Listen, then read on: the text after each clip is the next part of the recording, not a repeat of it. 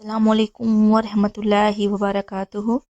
صحیح بخاری حدیث کے اکارڈنگ عورتوں کے اعتکاف کے بارے میں بات کریں گے، اور ان اسلامی ویڈیو کو خود بھی سنیں اور دوسروں تک پہنچائیں تاکہ سب کی اصلاح ہو۔ حضرت عائشہ رضی اللہ تعالیٰ عنہ سے روایت کرتی ہیں، انہوں نے بیان کیا، اے نبی صلی اللہ علیہ وآلہ وسلم رمضان کے آخری عشرے میں اعتکاف کرتے تھے۔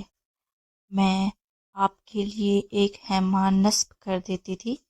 آپ فجر کی نماز پڑھ کر اس میں داخل ہوتے، پھر حضرت حفصہ رضی اللہ تعالیٰ عنہ نے حضرت عائشہ رضی اللہ تعالیٰ عنہ سے خیمہ نصب کرنے کی اجازت مانگی، انہوں نے اجازت دے دی تو حفصہ نے بھی ایک خیمہ نصب کیا۔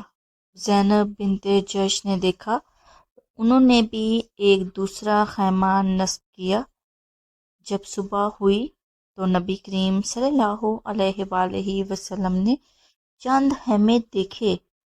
آپ صلی اللہ علیہ وآلہ وسلم نے فرمایا کہ یہ خیمے کیسے ہیں؟ آپ صلی اللہ علیہ وآلہ وسلم سے واقعہ بیان کیا گیا تو آپ صلی اللہ علیہ وآلہ وسلم نے فرمایا، تم ان میں نیکی سمجھتے ہو؟ چنانچہ آپ صلی اللہ علیہ وآلہ وسلم نے اس مہینے میں اعتکاف چھوڑ دیا، پھر شوال کے ایک عشرہ میں اعتکاف کیا۔